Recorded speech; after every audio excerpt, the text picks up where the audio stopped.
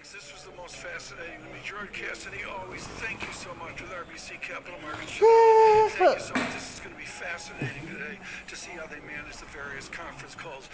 Forward, Francine, the market, futures up 29, Dow futures up 197, and the VIX 22.60. Yeah, it's very clear, Tom, that global markets here in Europe, but also futures, but in emerging markets earlier on are climbing ahead of the Treasury Secretary nominee Janet Yellen's confirmation hearing, in which she's expected to call for expansive government action. So I know there'll be a lot of questions on the markets, exactly what works and what doesn't. Crude oil, emerging markets also advancing, Tom. So there's, of course, a lot going on just one day before the inauguration. You look at politics, you look at some of the moves in fixed income. Goldman Sachs also out later with earnings a little bit later. Staying right here with Bloomberg Surveillance ahead, simulcast on radio and TV. Much more coming up. This is Bloomberg.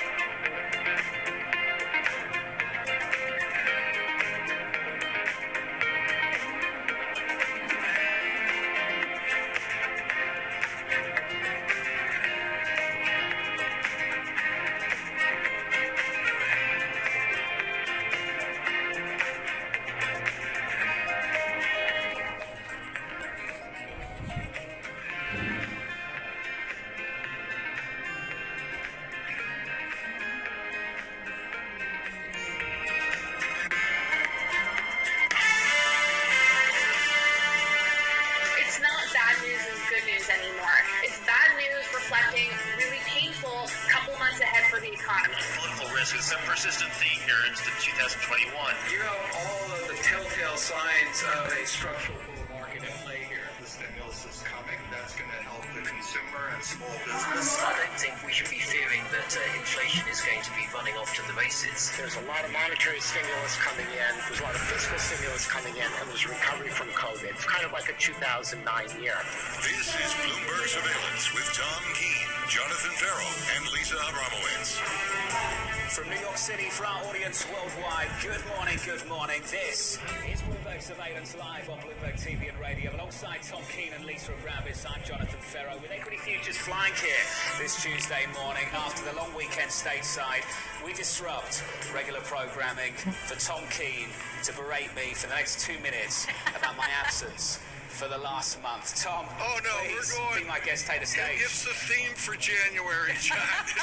It's got nothing to do for 2 days. No, we didn't miss you. The Green Parrot, Key West, Capri for weeks. We're thrilled you're back, John. Tell us, John, give us one observation of your travels.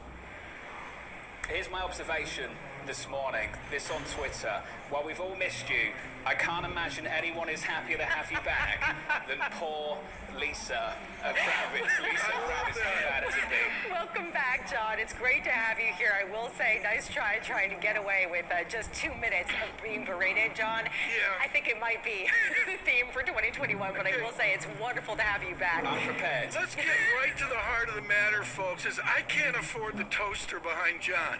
I mean, he's got the fancy European toaster behind there. It's got everything but the Dolce & Gabbana motif on, John. Good to see you back with your beloved $400 toaster. Thank you, Tom. What's great Thank on you. Let's radio? talk about a $1.9 trillion deal down in Washington, D.C. with Janet Yellen facing her testimony, her hearing a little bit later, Tom. Look, it's all lining up for a big year of stimulus on both the monetary policy side, on the fiscal side as well. It's really, she says go big, and what's so important here, John, Greg Valliere published this morning, a working number from 1.9 down to maybe 1.5, but the presumption, John, that there's a follow-on infrastructure like second stimulus, and what will the two sum up with, John? The number one observation, Ambrose Evans Pritchard in the Telegraph this weekend, he sums up U.S. action to 25% of GDP. Yeah, and UK austerity. We can talk about that a little bit later. Lisa Abramowitz quite clearly top of the agenda this Tuesday. Janet Yellen in Washington. Yeah, and I would say the theme for today and for the week is changing of the guard, both with respect to the presidency. Today is President Trump's last full day as U.S. president. People are looking for pardons. People are looking for potential other actions in his final few hours in the White House. But 7:30 a.m., Goldman Sachs fourth quarter earnings, about a half an hour time just to get that out of the way. But 10 a.m., yes, Janet Yellen presents to the Senate for the Treasury Secretary confirmation hearings. Everyone's going to be seeing how she toggles between this idea of a $1.9 trillion necessary spending plan with the rising debt load. How will she toggle between the idea of keeping interest rates low in the face of rising inflation, in the face of rising debt to GDP, which is set to exceed the highest ever in history, John? These are the issues that people are looking for from her, and she is the first person to ever serve as both the head of the Economic Council for the presidency, Federal Reserve Chair, and she would be the first person to ever also serve as Treasury Secretary. Let's build on that and get straight to the price action this morning, Lisa. I haven't looked at this for a month. Where are we on the S&P 500? Approaching 3,800. Year-end target over at SocGen, Bank of America, on the S&P 500 year-end 2020, 3,800. Futures this morning up 0.7%. A lot of talk about a bond market, the additional supply. Treasury yields higher this morning, the curve steeper, your 10-year 1.118%. Tom, for me, it's not about supply alone. It's what that supply achieves that matters for this Treasury market. Last year, we had a ton of supply in the Treasury market. Yields were lower. Yields are higher this year. People think they'll go higher still because they think that supply will translate into better growth and a better trajectory going forward. And I think that is what's key as we discuss this bond market. Acuity's there, John, but what is really important is this about the level of yields, 1.12% on the 10-year yield, or is it about the rate of change, the speed, the trajectory towards higher yields? I'm going to go to where a lot of guests have been, John, in the month where you said I haven't looked at this for a month. Well, let me help you out, John. In the last month, we've had a lot of people put that ambiguity. Is the rate of change of interest rates, not so much the level? Well, the level matters for the big banks over on Wall Street. Let's get to the big banks this morning. The earnings, Bank of America behind us, Goldman Sachs in front of us this morning. Shanali Basak has your wrap. Hey, Shanali. Morning, John. We have Bank of America out, even before earnings, saying it would buy back almost $3 billion worth of shares. So we have some good news here. We have them also facing a little bit of pressure here in their net interest income. They haven't yet provided an outlook for the full year, but that is the one number everyone will be looking out for. They're short on fixed income trading. However, they've been doing very well in investment banking. Bloomberg's own league tables show that they are neck and neck with JP Morgan in a banner year for debt underwriting. So can they keep that up?